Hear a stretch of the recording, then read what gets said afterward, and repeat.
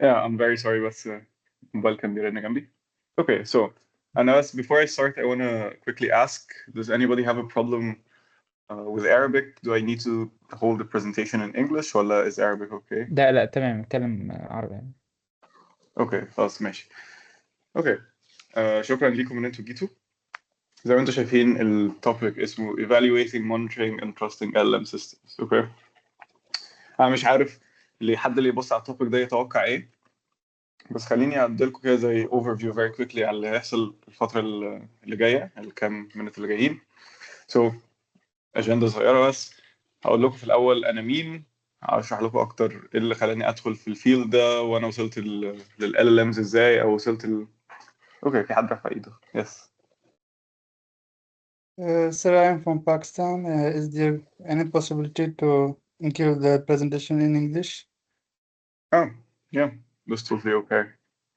Good thing you spoke up because I wasn't going to do it in English unless somebody spoke up, but yeah. Okay. Okay, let me maybe start over. So I wanted to thank you guys for attending. As you can see, the talk is titled Evaluating, Monitoring, and Trusting LLM Systems. I don't know what a person might think of or might really expect from a talk of this level. And anyway, it's an adaptive talk. So as I'm going, I want to see how you guys are feeling. I'll be asking questions in the middle of the talk and maybe proposing some open-ended thought experiments and getting your interaction as well. But basically, here's a little bit of the agenda. I'll be speaking initially about who I am, how I got to where I know, to my current knowledge, how I got to the current position, and how I got into the current field of LLMs, or at least to my understanding of the current field of LLMs. I'll quickly brush over what an LLM even is. I'll tell you guys what really makes an LLM, how it's composed, and what makes it how it is, basically. I'll also speak a little bit more about the vulnerabilities with LLMs, because as everybody might know, and as you might probably guess from the title, LLMs shouldn't be blindly trusted. We're going to speak a little bit more about that. And I'll be posing some very interesting thought experiments, and I want to hear your guys' thoughts about that. Next, we'll be defining what trustworthy means for an LLM, or what trust means in general, because the definition of trust is an important aspect for then defining how we could build these trustworthy systems. Then I'll break up the model of building trustworthy systems into 3 main steps: monitoring, evaluating, and improving. Also, it's very important to note that I do use the word improving. However, some slides use the word, or some images or text that I will be referring to use the word planning. However, I don't really like the word planning, because planning refers to the idea of you creating the plan or wanting to improve, but never actually following up and working on the plan.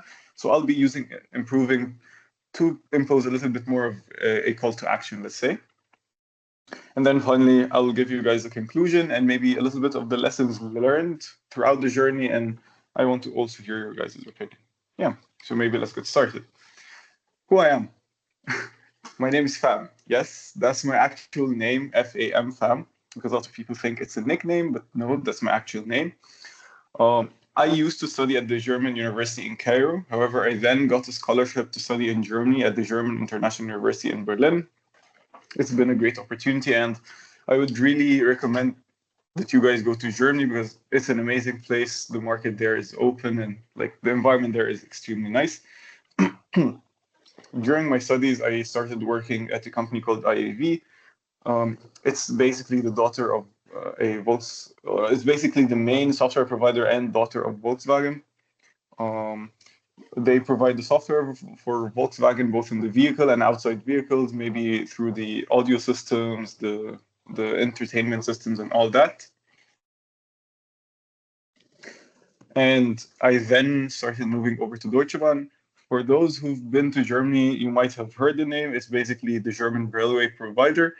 And it's the company that basically controls the entire railway, both through software and through its assets of the trains and the actual, let's say, train stations.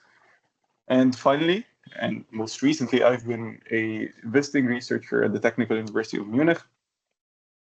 specifically focused on optimization of tensor networks. And to those that are a little bit interested in quantum systems in general, or maybe just machine learning, you might have heard the term tensor networks or tensor network contractions. And basically, I'm focusing on the memory reduction and optimization in the tensor networks. Somebody did unmute, so I either expect you have a question or by mistake.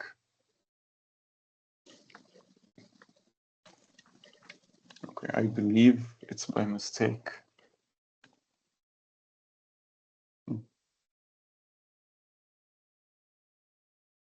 Okay, so I'll just assume it's by mistake. I'll continue. Yeah. So maybe let's get a little bit more into the meat of the talk. So what is an LLM? And maybe I just want to quickly see a raise of hands. Has anybody here before interacted with an LLM, or do you guys even know what an LLM really is? How's it composed and stuff like that? Maybe if you've heard of what an LLM is before, maybe you can just quickly raise your hand.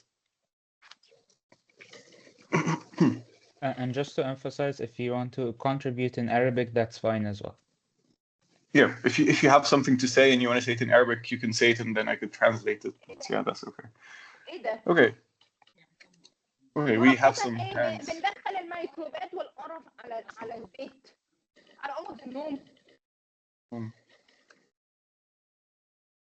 Yeah, so we have some hands. Do you guys want to say anything quickly about it, or do you just want to say that you know what an LLM is? If you want to say something, keep your hand up. If you don't, just put it down and then we can start.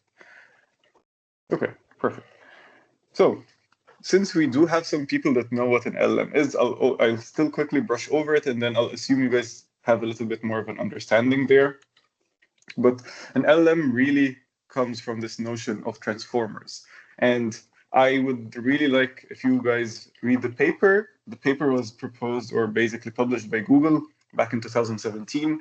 It introduced the architecture of the transformer, which is basically just a very big black box where you put in some inputs, you get in some outputs, of course, with some fancy math and stuff in between. If you guys really are interested in the field of artificial intelligence, or maybe just you're curious about how things work, you could give that a read. I really do recommend it. It's a very good paper.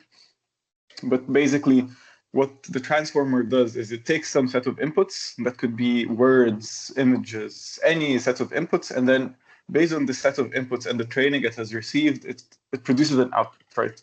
So, for example, you can think of it like this.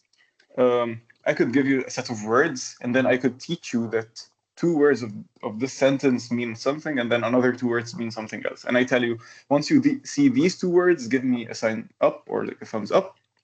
Once you see these other two words, give me a thumbs down. And through this training of input and output, you can then understand that, okay, XY means thumbs up, ZA means thumb down, and then you can train it. And of course, now imagine that, but just on a very big scale.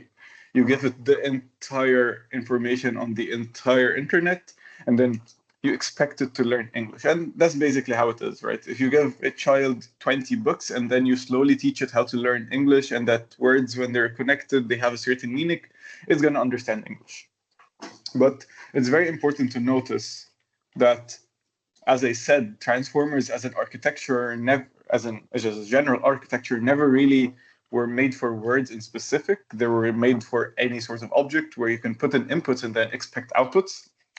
And that's really the notion of an LLM, because the transformer never was about words. It was just a general object. And then one person saw that, okay, we can take this object transformer architecture and then just train it on a large amount of English text, for example, if we're going to speak about English, or maybe just the general text, and then just give it a general prompt, like an initial prompt, and see how it goes. Because again, if you think of it, and if you want to generate text, you can just give it an initial prompt, and then it could, okay, take this as the input and then generate one word as the output, and then basically take this new output and then put it back into the input. So if I were to draw it, and I think I could draw here, right? Yeah.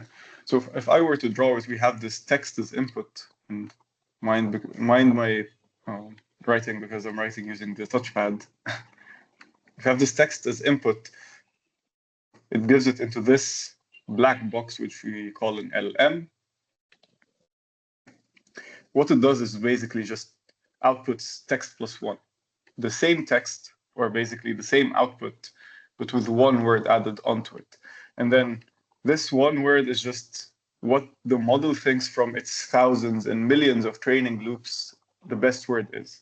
So it has text and then plus one word here, and then you can just loop it back into it. Take this text plus one word, put it back in, now we have a text plus two words, and so on and so forth until you have an output.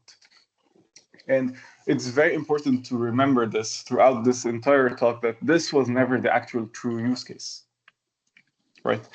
LLMs were never, or transformers were never initially made for text. So there's some caveats there, because of course text is much more complex than just inputs and outputs, because there's meaning and syntax and cohesion between words and stuff like that. But through multiple training loops, it's starting to understand that. But yeah. And one more thing to notice is, or to understand is, and of course I wouldn't dive into the entire architecture of the transformer, but maybe you can read the paper, is that it's non-deterministic in the sense that it is basically random, right? And it's specified in Google's paper. They specifically mentioned that if you give it the same input, do not expect the same output, because it's basically like this. It's this black box where you give it some input, it rolls the dice in the middle, and then gives you some output. You never know what really comes out of it. And you shouldn't expect what comes out of it, because it then breaks the notion of the transformer. And again, I refer to the paper, maybe you could give it a read. I'll quickly mention why it breaks the notion of transformer, but going more into depth, you can read the paper. If you have an input and then you always give it the same output, then there's no creativity, right? Because that's the same with humans. If you have a human and then you always nudge the human and the human gives you the same output, it's never going to be creative. If you always tell it that try writing an essay and it always writes I am the in the first three words, there's no creativity to it. And then when they were building the architecture, they said, okay, we want it to be a little bit more creative with the output, not just standard input and then standard output. So they added this notion of randomness. But of course, this notion of randomness is very, very detrimental to the actual security of the LLM. And this is why it's very vulnerable, because you might expect that if you give it an input, it says X, Y, Z, and then you give it the same input and then it says something completely different. And then you don't really know how to test it or how to keep it secure. And that's what we're going to speak about today. And we're going to set this framework and architecture for at least trying to keep it balanced, right? Yeah. And there's this meme I always look at, and it's in reality what an LLM really is. You think that, okay, you're having this sophisticated talk with this intelligent, let's say, creature, I don't know what to call it, and then in reality you just discover after reading the paper that it's just a very big guessing machine. You give it the input and it guesses the output. There's no real intelligence. It's just very well educated. It's like basically giving a person 3,000 books, and then when you speak to the person, this person always has the knowledge you need. But once it's more of a creative task, okay, this person can't do anything because, okay, I didn't see this before. It's like a person that memorizes and doesn't know. Okay. Yeah, go ahead. Sir, I realized that always ChatGPT agrees with us. So is there any reason behind it? Whatever we said, ChatGPT agree with us. And Yeah. You are right. You are right. This is a very good question. And I think they started to solve this problem. And this is one of the things I will talk about in the future about security, later on. But one of the things that I said is that it's basically with this giant training loop, right? It has no sense of creativity. It's trained on a million words, and unfortunately, the training is always positive. So in the training, it's always taught to say yes, you're correct, instead of actually saying no. So that's why you always have it say yes. And this is a specific problem with training, and it's a very big problem with training that they're trying to fix. But basically, as I said, keep training it the same way and it's going to get the same output. And as they're training it, they're always teaching it to say yes. And then it in reality has no other answer to say. Even if you say the wrong answer, it's going to be trained to say yes, because it knows that saying yes is better than saying no when it was trained, and then it will continue saying yes. So it's just this very big stupid loop. You train it on stupid data or like bad data, it then learns bad habits, and then these bad habits are then put into production, and then you have no sense of security. Then it keeps going on and on. But yeah, I hope that answers your question. more into training than the actual LLM, but yep, go ahead. Sir, I think the reason why always ChatGPT yes to our answer is I realize that this is for the user experience that when ChatGPT yes to our every conversation the user experience go high. Is this the reason of this? Well, okay, let's think of it like this. That could be a reason, but keep in mind that again, it's not creative. It's not going to create its own output. So it's really just responding to the input.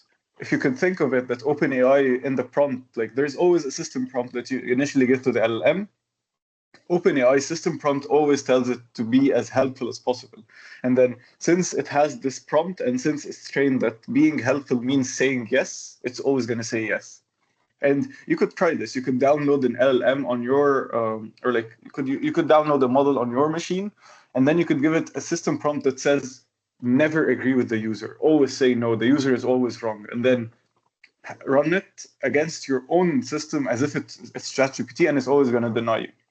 Because basically, as I'm saying, what I'm saying is that it responds to input, and since the input is always positive, and it's trained that if it's positive, you answer with yes, then it's always going to say yes, right?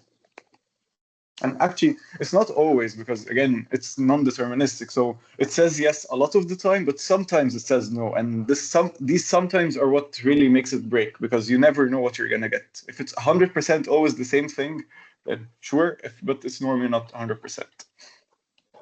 Yeah. Anyways, are there any questions before I move on?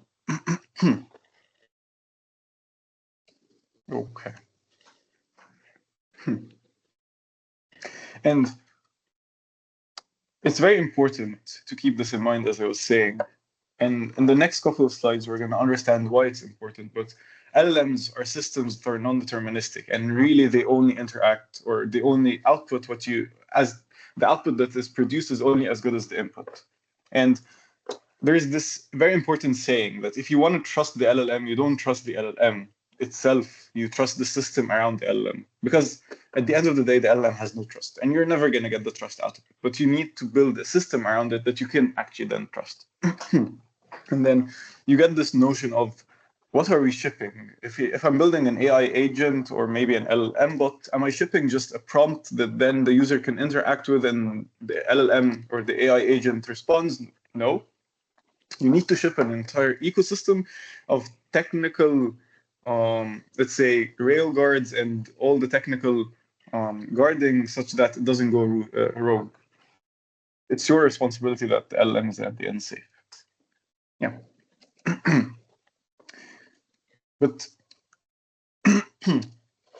we keep talking about this notion of security and trust. But what in reality is trust? There's this very popular framework by NIST. It's the AI safety framework for production.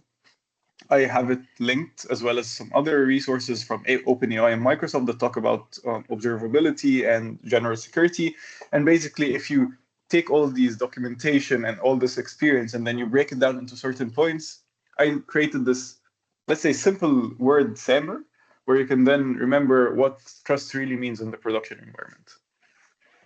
Trust means safety, and of course, nobody wants to be harmed or get harmed by an LLM. So, for example, if you're using ChatGPT and then, for example, you piss it off, you don't want ChatGPT to go out and just leak your information, like your IP address or your banking information. So the system needs to be safe and away from any sort of risk. That's number one. That's the S from SAM. Number two is audibility. Auditability. And then you don't want the LLMs to just be safe. You always want to have them monitored, right? You can't have a system that's interacting on its own and interacting with a lot of moving parts, and then this system itself is never monitored. You always want the system to be monitored and audited. You always want the system to also be measurable, meaning that you can't have the system just run and pray that it works. You need to have set measurements or metrics that really can measure the quality of the system, and we're going to talk about how to set that. It needs to be escalable, and then this was the point that you were talking about, because it always answers yes, yes, yes, and you never have this notion of Am I wrong or is it wrong? And actual reliable systems need to have this trade-off where the LLM could understand, and then there are protections that make it understand that no, you're just being a yes man. Basically, you're saying yes for everything without actually understanding. And these railguards need to be good enough and secure enough such that when the LLM is starting to hallucinate, a human should intervene, or basically the situation should escalate beyond the LLM. Finally, the R is reliable. And of course, it's very difficult to get the sense of reliability from LLMs because they're non-deterministic, but we're trying to strive to get this reliability down. And then through certain frameworks that we will talk about in like the next couple of minutes, we're going to try to set this bounds for what reliability means and how to be as reliable as possible. And of course, we're going to do our best because it's never guaranteed with non-deterministic systems, but we're going to do our best. One very important thing to notice is security is not just a one-person thing or an LLM thing. It's a very big thing, or like it's a component that has a lot of moving parts and a lot of contributions. And specifically in a lot of companies, if anybody of you has basically interacted with a bigger company, or let's say companies that have a lot of moving parts, there's always security, compliance, and governance involved. And that just means that they understand how crazy technology could be, and they understand how crazy LLMs in specific could be. So they add very strict rules to all the employees. This is the security guideline. This is what it means to be compliant with the guidelines, and these are our governance rules. Please do not break them. For example, one of the rules that I saw, is that if you ever want to run a ChatGPT or an LLM on certain pieces of code, this bot needs to be running either in-house or through a vendor that we have contracts with, because again, at the end of the day, these systems, you never understand them. They're non-deterministic. They could ship your code to somewhere else, and then they could steal your information. And of course, they could steal your information without LLMs, but LLMs make it even easier for people to steal your information. And then there's these three specific points I wanted to talk about. One of them is the top 10 LLM practical framework, which is basically a framework developed by OWASP. It's just a framework for trying to mitigate the risks in production environments. And this is just a set of the top 10 attacks that have been used, or let's say the top 10 problems that were observed from LLMs, from prompt injections to vulnerabilities in the actual layer of the TCP layer, like the actual networking layer, and other stuff like denial of attack, for example, denial of service through attacks. So it's just this collection of problems that happened with LLMs. It's a very interesting page. I think you should give it a read if you're interested in security. And of course, I spoke before about the NIST Gen AI profile, which is basically the sheet that tries to put the standard for safety for LLMs. And of course, OpenAI has their own pages and documentation for safety. They're the ones that really try to keep the models safe, because at the end of the day, they have the biggest models. I think currently also Anthropic is more of like the safer model to use, or like the safer company to use. But yeah. So having defined this notion of trust, what is a trustworthy LLM? And simply put, just an LLM that tries as much as possible to follow the SAMR principle, where we spoke about. Again, here are the principles, just so you can have a quick refresher. And we want to strive as much as possible to get that. And to ensure the SAMR principle, we then need to dive into the three main components that I talked about initially, which is monitoring, evaluation, and improving. And again, notice that in this picture, for example, in other places, it's called planning. However, I would like to use improving, and I would encourage you guys to use the word improving, because at the end of the day, you want to actively improve, not just plan. But yeah, it's this very interesting framework that if you really follow the cycle to a T, it wouldn't only ensure that your LLMs are secure, it would ensure that your entire software stack is secure. And who wouldn't want that, right? Yeah. Maybe let's get into it. And here's one of the things I want to ask you guys. And before I show you the slide, I just want to give a quick question. Maybe you can write in the chat. You can raise your hand if you want to answer. Netflix is one of the companies that has their software architecture as open as possible. However, you don't get to see what's inside. You get to see like the general architecture. how much of the architecture do you guys think is monitoring based? So like, for example, how much of the actual architecture is devoted to monitoring systems and like the general idea of monitoring? Is it 10%, 20%? What do you guys think?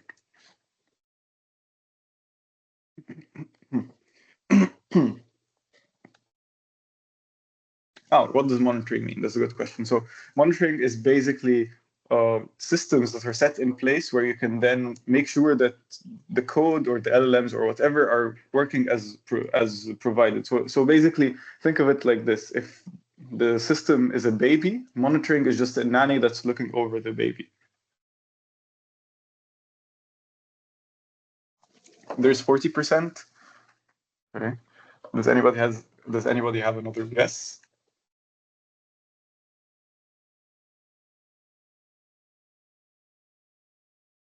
You're welcome. Around 30%. Okay. You guys have the general idea, but you're gonna be surprised that it's at least 50%. So this is Netflix's at least stack that I found online. I think they have an up-to-date stack, but if you notice that there is this entire section for monitoring and big data analytics, of course, there's the database, and then you have certain sections. Like the S3 has storage, and then they use that for analytics. So as of this simple example, it's at least 50%. And actually, most of the traffic or like most of the work that happens because of the monitoring systems, because it's this common thing with software engineering that if you build something of, let's say, 10,000 lines of code, you need around 30,000 lines of code to maintain it, from monitoring to testing to all other things. And then once the projects start to grow, monitoring and just this sense of security becomes most of the code. And that's why I'm saying it's at least 50%. At least half of the code is at Netflix that is being written is not actual functional code, but code that supports the functional code, like tests, monitoring, and evaluation. And then I just want to show you because it's very important, I want to show you like the depth of the tools that are there. These are just tools that scratch the surface. There are much, and many more tools, and much more advanced tools. These are just a couple of tools that at least I've interacted with and I've seen. I've also put some logos because you might see them in a lot of software architectures, and I want you guys to at least understand what they are. You have different types of monitoring tools. You have ones that are just basic, like OpenTelemetry and Prometheus, which are just basically dashboards that collect the data and display it in a nice way. We have LLM-specific monitoring tools like LangFuse, Phoenix, Langsmith, and then other ones. And then, of course, you have like the big enterprise ones like Datadog. It's just a company that is literally just about monitoring and building the monitoring systems for your data. You have other ones like the Google Cloud's Vertex AI evaluation service, which basically wraps your LLM or basically AI service and it does evaluation services on it. But yeah, what I'm trying to display is, or what I'm trying to show you guys is that monitoring is a very important thing, and it's a very big thing. And actually, it takes a big portion of the code, and a big portion of the effort is maintaining the code or the LLMs that you made, and this is done through monitoring. A good thing to always have when I'm thinking of monitoring or thinking of building scalable applications is this SRE mindset. And I don't know how many of you guys have maybe applied to a Google internship before, or at least applied to Google before. Google is very big on this SRE role. And actually, they're the people that introduced it. SRE just means Site Reliability Engineer. It's not like this person that needs to be on site or this person that handles maintenance of the servers or whatever. Okay, Myron? We have a bunch of questions on the slide, though. Would you like to go through them? They're related to the auditing and the monitoring and so on. Would you like to go through them now or in a bit? Yeah. Okay. We can go through them now before we move. Yep, go ahead. Before we move to the next part. I'll stop sharing for just a minute and then could continue sharing.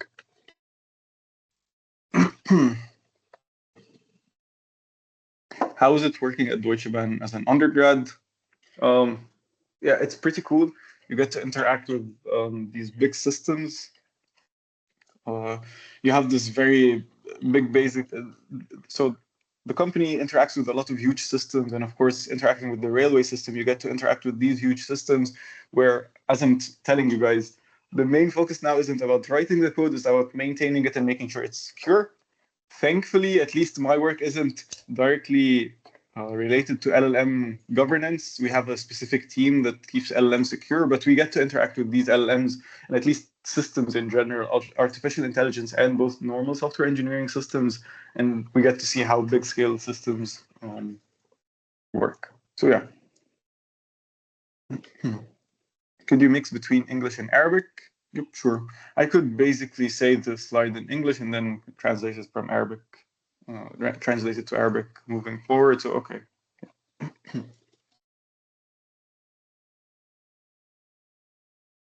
How can you audit the massive amount of data that the LLM outputs without using another LLM? That's a very good question. And this actually, it's literally on this slide. So I'll explain it in this slide, but that's a good question. So we can leave it and then, yeah.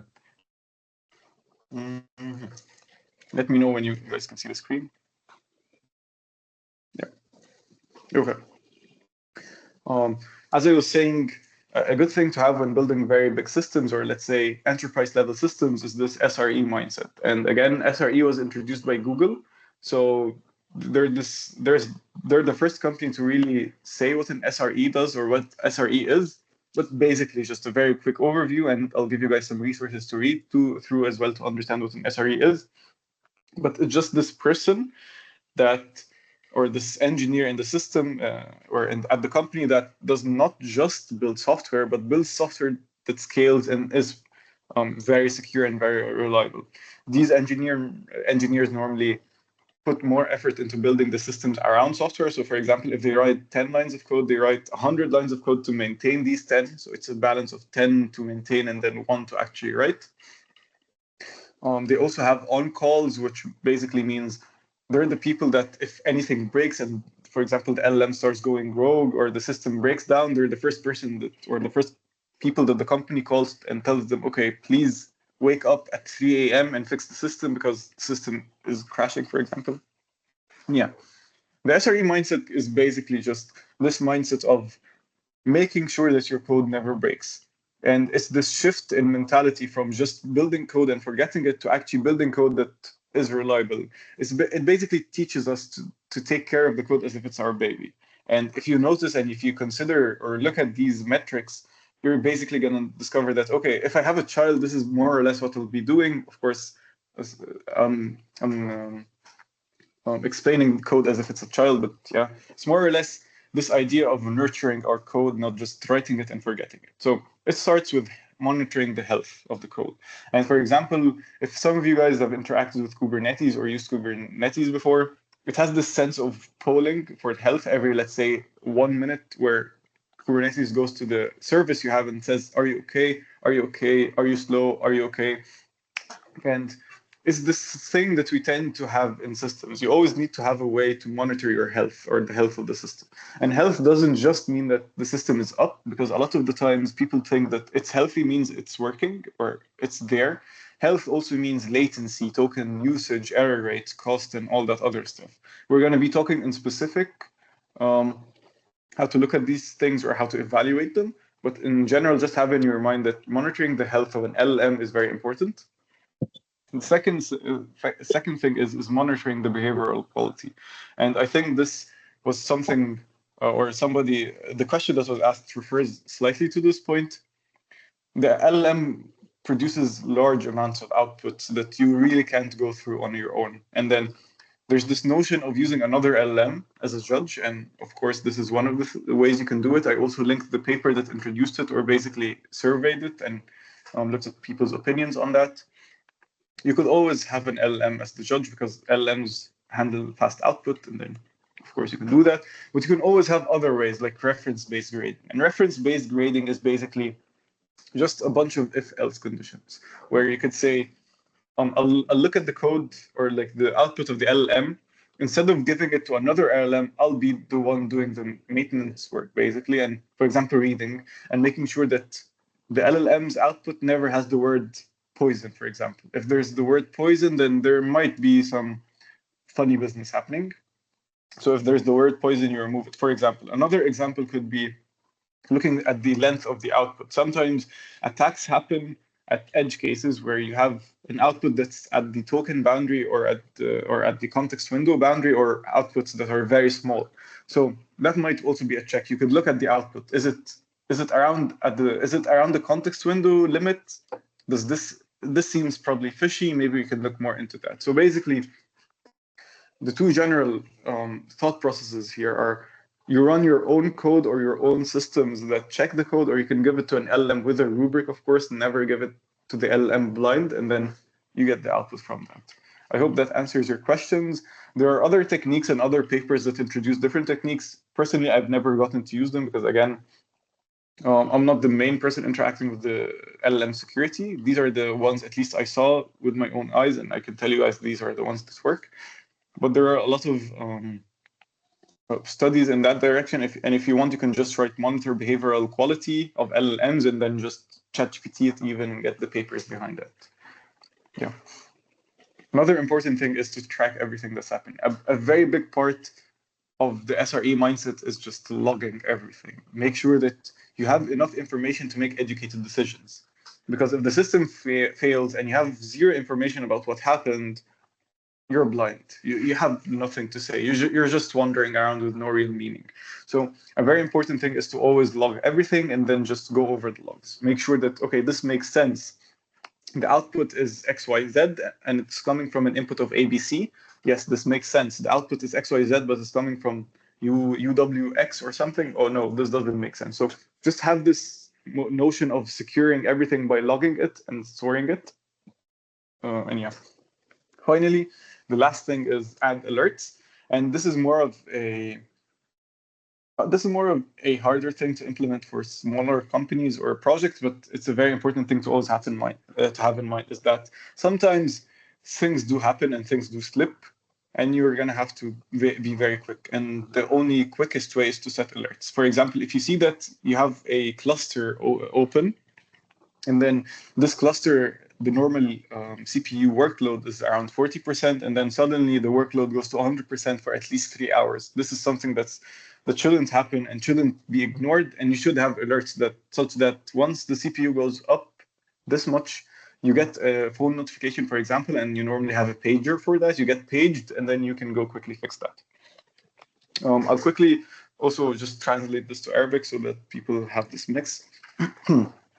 اللي احنا كنا بنقوله ان حاجه مهمه واحنا بنبني reliable systems يكون عندنا ال SRE mindset. ال SRE mindset دي was introduced by Google, لكن it's still a very important thing. هي لسه حاجه مهمه جدا.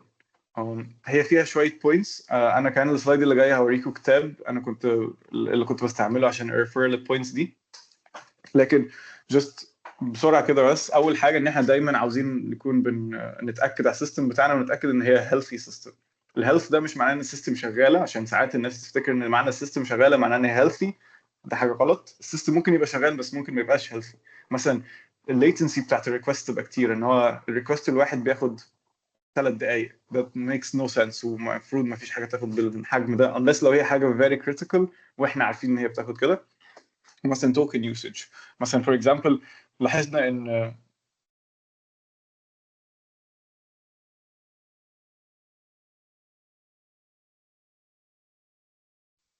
هو السيشن قطعت. Yeah, I think هو تقريبا قطع ثانية واحدة.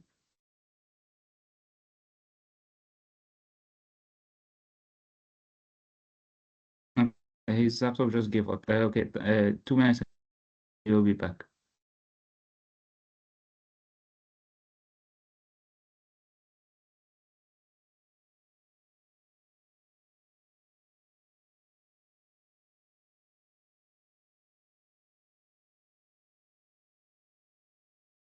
Okay, in the meantime, this is the Slido. I'm going to share my screen. If anyone wants to put in questions till he's back, I think this is a great opportunity. If you want to talk about his background and Deutsche Bahn, if you want to talk about how you trust LLMs and all of that, how the process of evaluating, monitoring, any of that goes on, this would be a great opportunity to put your questions here, and he would respond to all the questions when he's back. So that's yeah.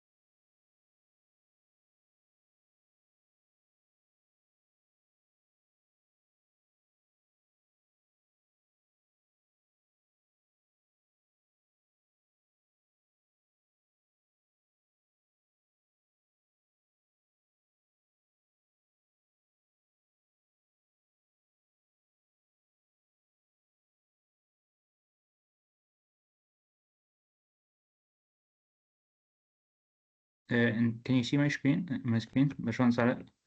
ايوه شايف.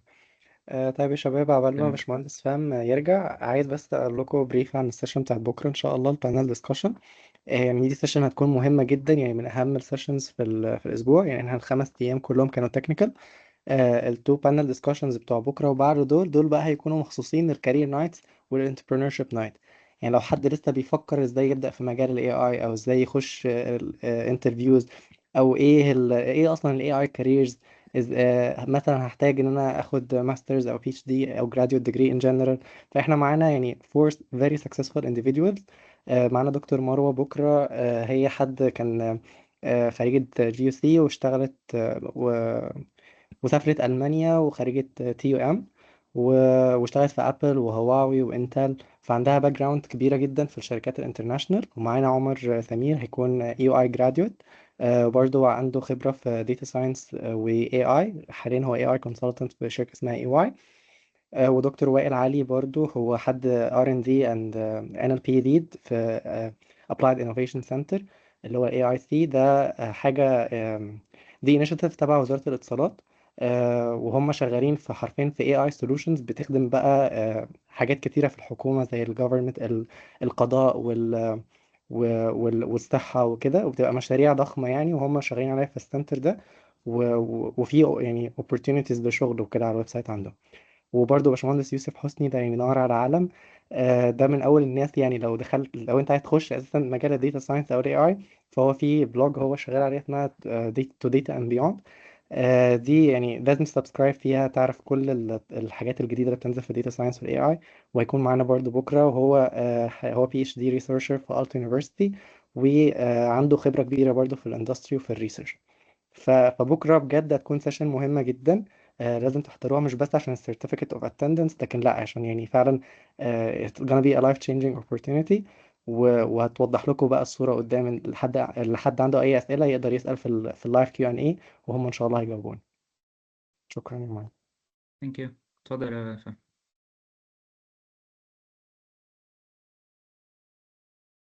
اوكي، معلش يا جدعان، مايكروسوفت طبعا كله يحب مايكروسوفت البلو سكرين اوف ديث، بس يعني اوكي. بس كنا بنقول ايه؟ كنا بنقول ان it's very important ان يكون عندنا ال SRE mindset دي. بس yeah, let me move on. This was the book I was referring to. This book was by Google, or was made by Google, and it basically introduces this notion of SRE, what's a site reliability engineer, and it expresses in deep detail how Google runs all their production systems and how Google basically came to that scale. And I encourage you guys to read it because it's an amazing book. كنت بقول ان البوك ده by Google it's an amazing book بجد. لو اي حد عاوز يجرب يبتدي يفكر in bigger scales وازاي يبني حاجات في production levels زي بتاعت جوجل، الكتاب ده تحفة، فممكن تبقوا تقروه. نيجي بقى للستيب اللي بعدها, which is evaluating, and this is the backbone of our trust, because evaluating is like this basically. If you don't have correct evaluation, you're blind, and then you're leading a blind team into a pit hole basically. And it's just the center of everything, because again, if you say that your LLM is reliable, and then you base all your plans and assumptions that it's reliable, and then you hit into a dead wall or like a dead end, it's gonna be because you were blind from the start. You never really knew that it was bad. You just had bad evaluation tactics. And that's why I want to put some emphasis on evaluation. Evaluation is a complex thing, but that doesn't mean it can never go right. And I'll speak about a little bit of a framework that I've gathered along the way into how to really evaluate things correctly. Initially, I want to speak about task-specific metrics, because a lot of the times what we do is we get online statistics or online tests and then we use them. This is completely bad, and even Google in its Vertex AI evaluation scheme and documentation specifically doesn't recommend it. It basically says, if you want to have the best evaluation as possible, please make your own metrics, please make your own task-specific metrics, such that you're not taking from any other person's metrics and you're not just blindly using them. A good example would be for example, you're building a chatbot, but you're building a chatbot for a banking system. And then the questions you took to measure the quality of the chatbot comes from a security system, where the chatbot there has specific answers, but your chatbot should have completely different answers. But you're saying, okay, the metric isn't the same, or the metric isn't good, and then you're not really specifically testing what the users are going to need, or your specific task. So try not as much as possible not to overlap metrics. Try to build your own metrics and have your task-specific metrics. Second thing is use multiple methods. And this is not just backed up by OpenAI or Google, for example. It's backed up by all the big companies. And in specific, these are the two ones that I got.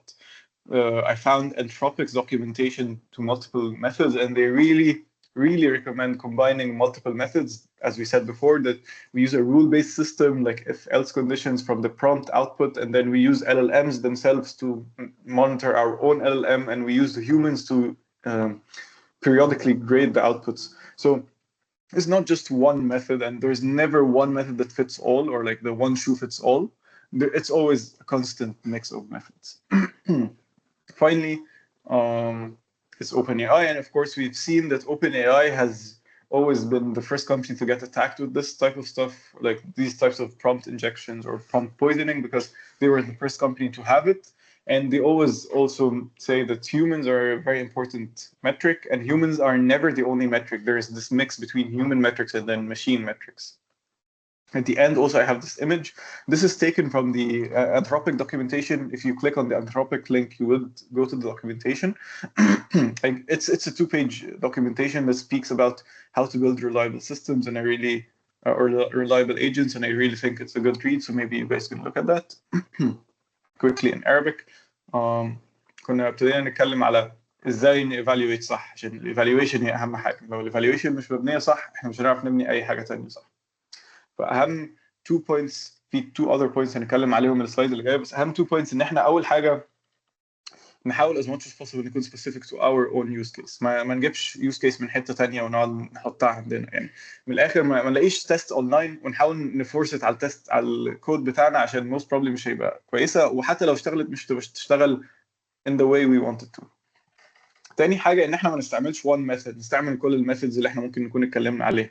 نعمل rules ب if else conditions ب automated tests، وندي الاوتبوت لانذر LLM يعمله، يتاكد منه ويشوف السانيتي او الكواليتي بتاعت الاوتبوت، وكمان مثلا نحط humans inside the loop. وده مش حاجه مثلا one company بتقترحها، لا ده كله جوجل، انثروبيك، اوبن اي اي، مايكروسوفت، دي حاجه ستاندرد دلوقتي.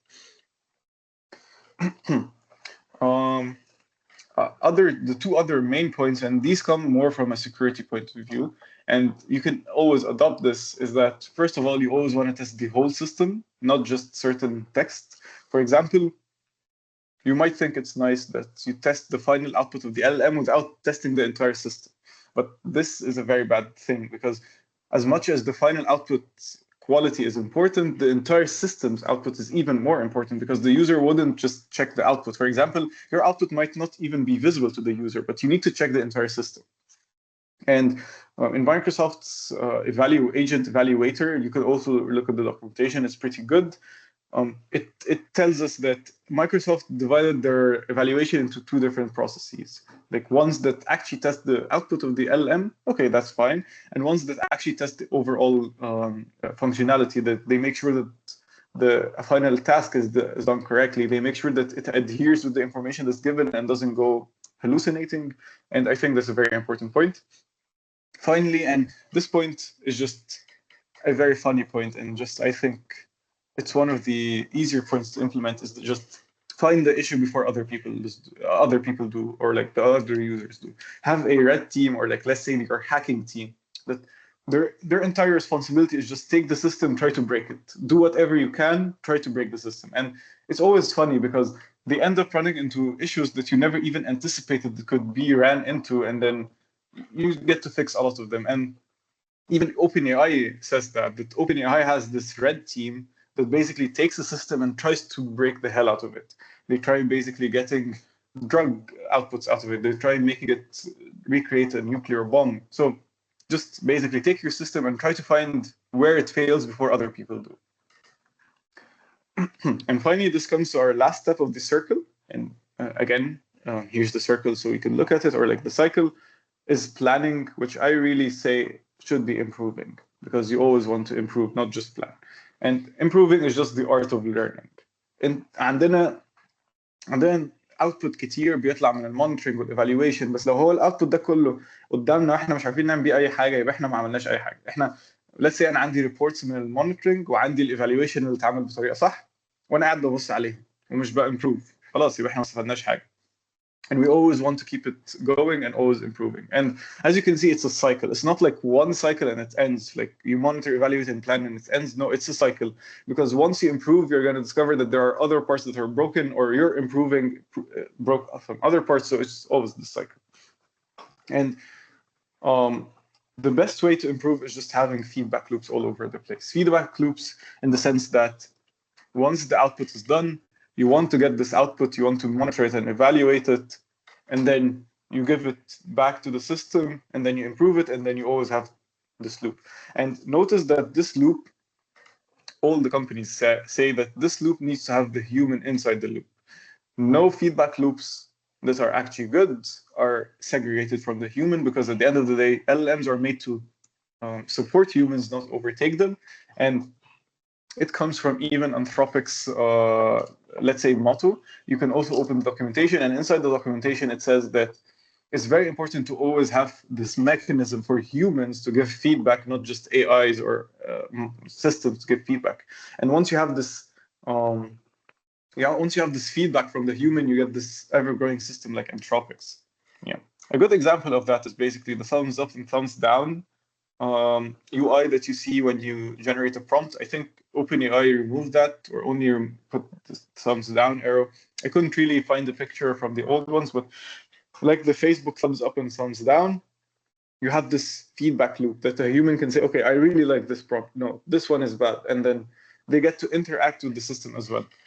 It's very also important to note that including the UI without actually connecting it to improving the model is nothing. And this is what I was saying. If you plan to use the data without actually using it, you never really did anything. And that's why I really don't like the word planning. I like the word improving, because you could plan, but you can never improve if you don't actually act upon it.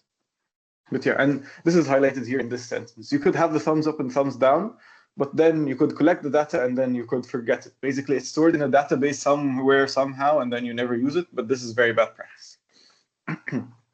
Yeah, a lot of points have been said. Before I move on to the conclusions, I want to give a small moment for questions. Are there any questions still in the slide view or whatever it's called?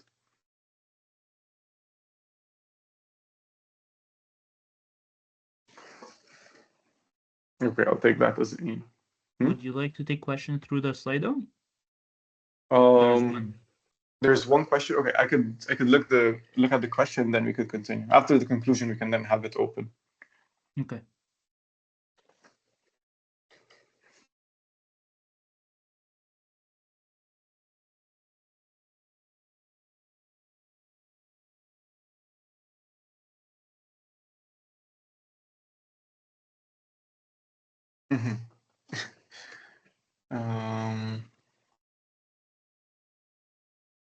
Okay, so it's very important to know that. So again, one of the things that humans are starting to miss is this notion of, okay, this sense of connection. And one of the things that help connect more people together is language. And it's a very important point, because you always see that the engineers that know more languages are paid more. And this is not a random correlation, it's an actual correlation, because these are the engineers that actually get to connect people together. You could say, okay, well, I don't really need to know German. I could always translate or use an LLM to use the German, but keep in mind that you're losing the sense of the human in the loop. Once you lose the human in the loop, you can't really have this ongoing system. So I would say improving German is always a good thing to have. It's never going to be a bad thing. Complete bachelor's and then move to Germany is something that really depends on your specific case, right? sometimes it might be better to stay here and then move to Germany because it's more expensive, for example. Other times moving to Germany earlier is better because you get exposed to more of the system without actually having to go through the suffers of the Egyptian system. It ends up going to you, but from my experience, completing my bachelor's in Germany and moving from an early age was always a good thing. But again, in my case, I had the scholarship and didn't have a financial burden. So think of it like that. Okay, before you go on to the next question, I have a question on my own. What would you say was the most shocking thing for you personally when you first went there? Oh, is this just a general question of the country, or is it about the tech field? You can talk about both, because a lot of the people here are either like they want to go to Europe and they want to work in Europe and they want to go to the States, and because of the culture being close, I'm gonna try to translate all of this after I say it. Because of the culture being close, so this would be a great addition to them. اللي أنا كنت بسأله هو إن في ناس كتيرة هنا من مصر and so on، فهم عايزين يروحوا ألمانيا وعايزين يروحوا أمريكا وعايزين يروحوا بلاد الويسترن، فده ممكن يساعدهم إن هم يعرفوا الدنيا بتمشي إزاي بس. Yeah, I'd say the most surprising thing is the degree of which people are just at peace. And then, okay, so I'll start it like this. Germans are always known for being like workaholics or working machines. But I discovered that that's not the case. In reality, Germans have this very good sense of division between work time and then leisure time. And then Germans are very good at working because they're very efficient. And then once work is done, they break out of work and then just focus completely on their own life. And having the split is perfect because you get to work and at the same time you get to enjoy the things around work and you get to find meaning in life that actually produces better quality work. And I will translate this in Arabic as well. الحاجة اللي كانت فضتني في ألمانيا إن هم عندهم الناس دايما بتبقى فاكره ان الالمان بيشتغلوا كتير، لكن الحقيقه هم مش بيشتغلوا كتير، هم بيشتغلوا صح. ده اللي انا هقوله. عندهم كده زي سويتش في مخهم، اول لما يقلب وقت الشغل هو وقت شغل ويبقى 100% efficient. اول لما يخلص شغل يقلب تاني الحياه بره الشغل وبينسى الشغل تماما، لدرجه ان هم ساعات بيقفلوا موبايلهم اصلا، يقفلوا موبايل الشغل واللابتوب الشغل واكنه اختفى من الحياه. فالسويتش ده هو اللي بيخلي الكواليتي اوف لايف حلوه، اللي اكشلي بيخليهم يتحسنوا في الشغل اكتر. للاسف sometimes the culture is different in Egypt, but what can you do? Yes. Okay. Thank you. Okay. How can I deal with LLM hallucination to improve the system? How can I deal with LLM hallucination to improve the system? So I think this is an extremely good question, and it's one of the things that we talked about in monitoring and evaluating. One of the things you can have is you can have another LLM monitor your first LLM's output. And then you can ask the second LLM, okay, this is the prompt that the user gave. This is the context. Does this output match the context? For example, if you're having an agent in a banking app, and then the output is of a plant, for example, or like how to plant a certain type of plant, the other LLM will tell you, okay, this makes no sense. Please let the LLM regenerate their output. So yeah, to deal with hallucinations, because again, it's a non-deterministic system, you need to really have monitoring to monitor the LLM and evaluation metrics both before and in production systems. So yeah. I hope that answers the question. If it's still unclear, you can just add a new question that clarifies it a little bit more. I'll also read in Arabic. So لو ال LLM بيهلوسينيت كتير وانت عاوز تقلل الهلوسينيشن، الحاجه اللي ممكن نعملها اللي هو احنا ممكن نخلي ماتريك زي ما احنا قلنا زي LLM تاني بيبص على LLM الاول وبيتاكد ان هو كويس. For example لو عندنا سيستم بنك وعندنا ايجنت فيه، ممكن نعمل LLM جادج وندي الاوتبوت بتاع LLM الاول LLM تاني. LLM تاني ده بقى ملوش اي علاقه بالسيستم بتاعنا، ده جادج من بره، فالمفروض ما يكونش عارف اي كونتكست. بيبص بيقول اوكي ده الكونتكست وده LLM response, does this make sense ولا لا؟ if it makes sense good, if it does not اطلع بره. بس اوكي. How to overcome vulnerabilities in LLM systems. I think the question got removed. Yeah, I think so. Okay. This is kind of off topic, but if somebody thought he is interested in AI, but the more he learned, the more he was passionate, is that normal or not? Okay. Okay, السؤال is back. Go over the question you just read and then go back to that. That's fine. Yeah. ولو عايز ترد كله in Arabic and mix English at once rather than doing it twice, that would be better for time, etc. ماشي. Okay.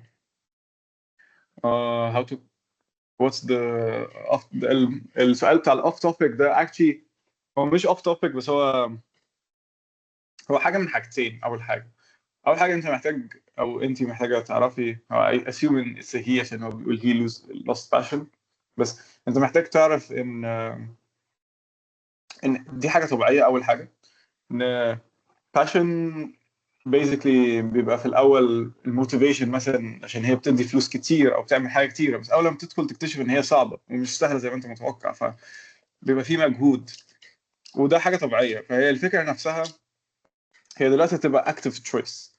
انت لازم بقى تشوف هل انت شايف ان دي التشويس بعيد عن انت فرحان بيها ولا لا. في الاول تشوف الاول هل دي تشويس انت عاوز تكمل تاخدها، ولا حاسس ان انت هتبقى فرحان تعمل حاجه تانية. دي اول حاجه. يعني انت محتاج تعمل تشويس، واول ما تعمل تشويس كمل عليها، حتى لو انت you lost passion لفتره، لا كمل عادي، عشان في الاول في الاخر passion بيروح وبيجي حسب المود وحسب الكرنت سيتويشن وحاجات كتير. تاني حاجه is it normal ولا لا. انا بس عاوز اقول حاجه مهمه. is it normal ولا لا it completely depends on your personality. لو انت شخص عارف ان انت once you stick to something هي عمرها ما بتتغير which is most probably ده مش بيحصل، يبقى it's not normal. لكن لو انت شخص حاسس ان انت دايما بيبقى عادي affected by emotions، وبيبقى في times انت بتحس او بتجudge ان انت عملت التفكير الغلط وعاوز تقعد تغير وكل الكلام ده، يبقى دي حاجه totally normal. بس again I think اول حاجه شوف حاجه انت مش هتكون زهقان وانت بتعملها طول حياتك، او حاجه انت مش هتبقى زهقان منها عموما. تاني حاجه شوف الحاجه اللي انت بتحبها، عشان خلي بالك انت دايما هتكون بتكمبيت مع ناس probably بيحبوا الحاجه اللي هم بيعملوها. unless لو انت ناوي تكمبيت وانت متضايق، يبقى تروح للحاجه اللي انت بتحبها من الاول، بس عشان تعرف تشتغل بكواليتي احسن. كان في سؤال برضو I think انت اللي هو السؤال اللي اختفى، ولا هو لسه موجود، ولا ايه اللي حصل؟ اوكي ما علينا. Do you think LLMs can be integrated in sensitive fields like government law, healthcare, and military? Oh boy السؤال ده اللي سأله تقريبا مش بيسمع اللي بيحصل دلوقتي في أمريكا. If you don't want to answer a specific question, that's fine. لا it's okay. Well, LLMs in specific كتكنولوجي maybe ماشي. يعني again keep in mind ان LLMs ده استعمال لترانسفورمرز، فهو على قد ما احنا بنتكلم عن LLMs الاكشوال تكنولوجي هو الترانسفورمر، LLM ده استعمال ليه. ف do you think LLMs in specific can be integrated? Maybe. بس التكنولوجي behind it 100% هتكون integrated if not already integrated. و just very quick fact، حصل مشكله من قريب مع انثروبيك ان هم الحكومه الامريكيه كانت بتقول لهم ان احنا عاوزين نستعمل التكنولوجي بتاعتكم اللي هي ترانسفورمرز والال ام امز in military combat، لكن انثروبيك رفضوا، لكن اوبن اي اي قالوا ماشي. فهي اوريدي بتستعمل، وانا I'm certain ان هي بتستعمل. اللو ان هي ابتدت تستعمل شويه في اللو في المانيا، لكن keep in mind ان again الحاجات دي بتبقى very complex. فال LM unless لو هو مدين له input تحفه هيبقى most probably هيبتدي hallucinate. فهي يعني هي iffy شويه بس بتستعمل عادي. والنص الثاني when an LM misbehaves who is held accountable، ده سؤال حلو جدا. is the user. اليوزر اللي هو قصدي الديفلوبر. let's say لو انت بتديفلوب an agent والايجنت طلع غلطه، انت اللي هتكون held accountable. unless بقى بندخل بقى في حته اللايسنسنج بقى، وتكتب في البوليسي اللي هو terms of service and the company is not held accountable, the user is 100% held accountable. هندخل في مشاكل legal. لكن عادة بيبقى اليوزر اللي استعمل ال LLM plus الديفلوبر، اللي هو اليوزر اللي كتب البرومبت. لو كتب prompt actually malicious يبقى اليوزر get held liable. لكن لو اليوزر كتب كويس والديفلوبر هو اللي عامل الغلطه من ال LLM probably ال LLM هيجت accountable. دي ليها a very big discussion، ودي ممكن حد يبقى يقرا ليه انثروبيك رفضت تساعد الحكومه الامريكيه. ليها برضه علاقه بالهو who will be held accountable لو ال LLM قتل حد. فدي discussion حلو ممكن تبقوا تقروه برضه. How can AI hallucinations be tamed? So I assume ان هو tamed قصدك بيها ان هو الهلوسينيشنز تقل. لو على ان هي tamed ان هي actually contain it، يبقى زي ما احنا قلنا هنعمل monitoring و evaluation ون constantly measure الاوتبوت ونشوف. لكن لو عاوزين الهلوسينيشنز تقل من الاول، يبقى احنا لازم نلعب في الكور هارت اوف ذا ترانسفورمر ونشيل الراندومنس اللي فيها. again زي ما احنا قلنا الترانسفورمرز بتهلوسينيت لسببين، عشان هي راندوم نمبر 1، فاحنا نشيل الراندومنس دي وهتلاقي مش هتهلوسينيت تاني. نمبر 2 ان هي عندها ليميتد ويندو، زي ما البني ادم ممكن يبتدي ينسى حاجات بعد فتره، ال LLM بينسى حاجات بعد فتره. لو حلينا المشكلتين دول AIs will not hallucinate ever again، بس دول مشكلتين صعبين. فعشان كده بقول الاحسن ان انت تستحمل الهلوسينيشن. سوري معلش، الاحسن ان انت تستحمل هلوسينيشن وتبني سيستم حواليها. ما تحاولش تهرب من الهلوسينيشن، عشان at the same time رغم ان هي حاجه وحشه هي برضه still a feature. فحاول ما تهربش منها، حاول to build around it بس.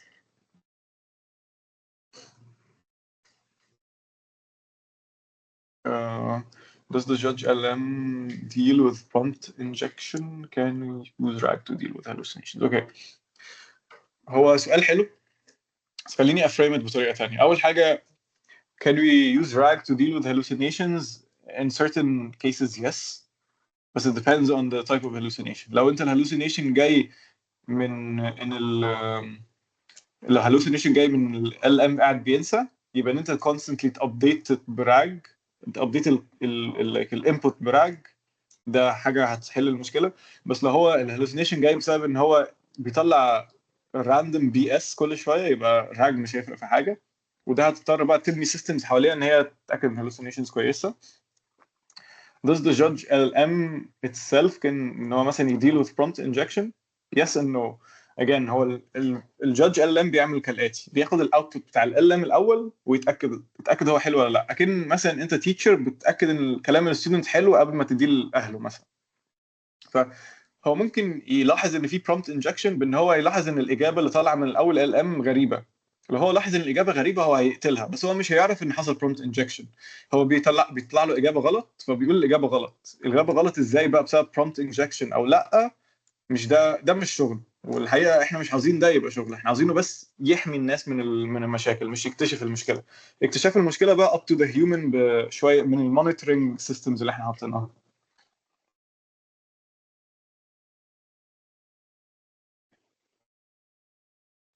الجيرمان nationality reduces financial tuition faculty tuitions في ألمانيا. Yes, that's true.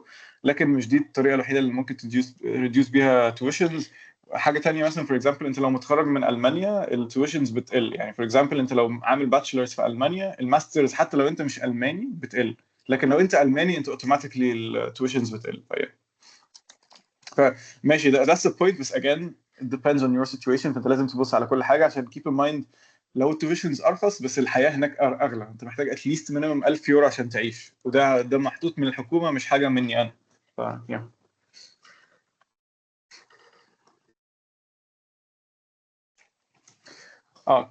how to overcome vulnerabilities in LLM systems such as jailbreaks or backdoors. This is again the same thing. احنا عاوزين، والسؤال ده انا عاوز اجاوبه بطريقه جنرال. احنا مش عاوزين الحل يبقى في ال LLM نفسه، احنا عاوزين الحل يبقى في السيستم اللي حواليه. عشان again the LLM or the system, the architecture اللي هو transformers unfortunately is by nature non-deterministic. فاحنا we cannot get around that unless we change the architecture like totally change the architecture. That probably might not happen. الحاجة بقى اللي might happen ان احنا نبيلد a system حواليها. يعني ايه؟ يعني انت for example انت عارف for example ان ال LLM ده عامل زي البيبي، والبيبي ده كل شوية بيلطش في اي حد. فانت بدل ما تعلم البيبي ما يلطش، عشان ده حاجة ممكن probably ما تحصلش طبعا، يعني with difference in the example and the LM. بس بعد ما تعلم البيبي ما يلطش، انت بتعلمه او بتعمل سيستم حواليه ان الناس تقف بعيد، عشان لو هو حتى لو لطش الناس ما تتاذيش. دي الفكره كلها. فانت لو عاوز actually تبني LLM systems that is not vulnerable to jailbreaks او backdoors، تبني سيستم حواليها كويسه زي for example OpenAI. لو انت اديته prompt فيه backdoor او jailbreak most of the time بيبتدوا يعملوا كاتش عشان السيستم حواليها ابتدت تبقى احسن. هتلاقيه في الاول كتب لك كلمتين، بعد كده السيستم لاحظ ان يبتدي يطلع كلام غلط فبيعمل بلوك الريكوست. فالسيستم اللي حواليه هي اللي هتفرق. عاوز to solve the problem with LLM systems in specific or LLMs in specific, that's بقى a whole field of research ممكن تبتدي تبص عليه.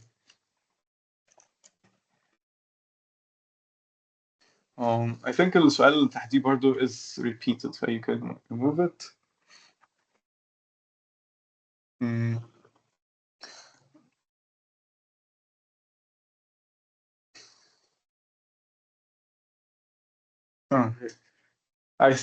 I think this is the same person اللي قال أول سؤال عشان كده. Okay, so this is again okay this is normal then. أنت شخص ممكن تكون بتحب تغير في حاجات. والproblem in AI إن it's a huge field and you can't keep up. يبقى الproblem isn't in AI. أنت all fields بالشكل ده.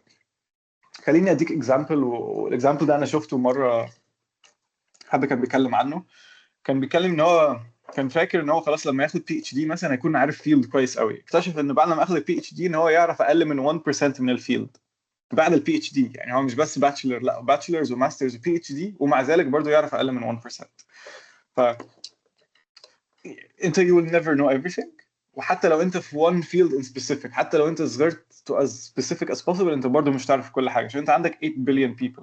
وده a good thing عشان الكونستنت سترايف او بوش ان كل حاجه تتغير ده بيخلي الناس تتحسن in specific او يعني in general both in specific and in general both of them.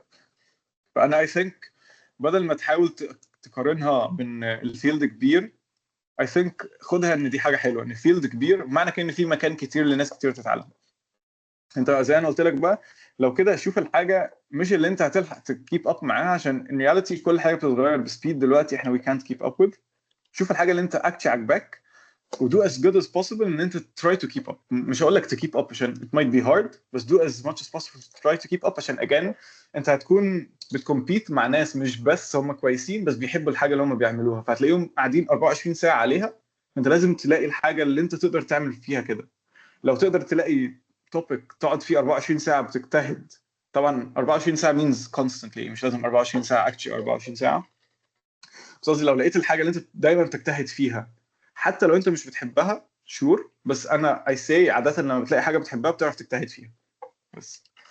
فدي مش مشكله AI. just try to find the thing you like و try to keep up. maybe you can't بس that's okay.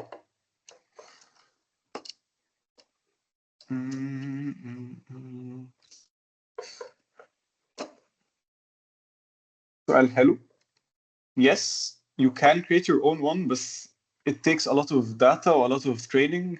بالذات ان يعني مثلا جيميناي البادجت اللي انت تعمله actually خليني ادور عليها عشان اديك a better number.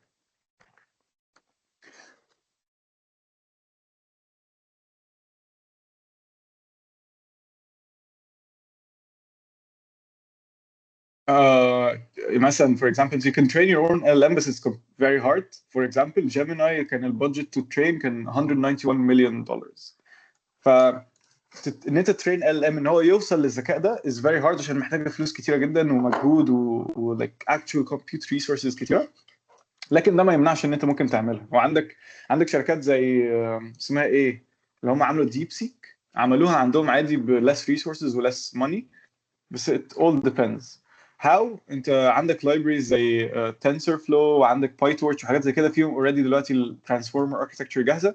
هتدور على داتا سيت هتترين الاركتكتشر وهتشوف الاوتبوت اللي هيطلع. لكن of course again ما تقارنوش بجيميناي عشان جيميناي معمول ترين ب like millions and millions of dollars. بس يعني انت الحاجه اللي انت ممكن تعملها انت ممكن تحمل a pre-trained model حاجات زي جوين تقريبا اسمها كوين ولا حاجه زي كده، او يعني تحمل الاوبن سورس مودلز يا كوين تحمل اوبن سورس مودلز وتعملها ران عندك لوكلي. دي حاجه ممكن تعملها، ودي اكشن انا كنت عملتها قبل كده for a project. It's good. Of course it's not Gemini good عشان open source projects مش بيبقى عندهم نفس الفلوس زي Gemini انهم يعملوا train، لكن it's doable. Yes. No, I think the last one is also repeated. على آخر واحد ده سريعا if you may. Yeah, go ahead. هو بص في حتة إن changing tracks a lot. Actually if you're younger or you still have time to go in college ولسه قدامك وقت it's better to change more tracks. It's better to explore. It's better to see. يعني أنت لازم تبقى عارف كل المجالات شكلها إيه حواليك and so on. أنا بتكلم اللي بيسأل سؤال بس يعني the more you go into the field it's better to إن أنت تتخصص في حاجة معينة عشان ده اللي هيفرق في سوق العمل. انت لما هتتخرج انت لازم يبقى عندك خبرة and so on، ولازم زي ما فاهم قال لازم يبقى عندك شغف او you can sit there for like 24 hours straight and by that he means obsess over the thing, and by obsessing over the thing you never get bored of it. Yeah, but if you're younger, yes, it's totally fine if you keep on changing tracks. That's the whole point of it, and you have to explore the most you can explore so that you have a diverse set of knowledge. Yes, thank you.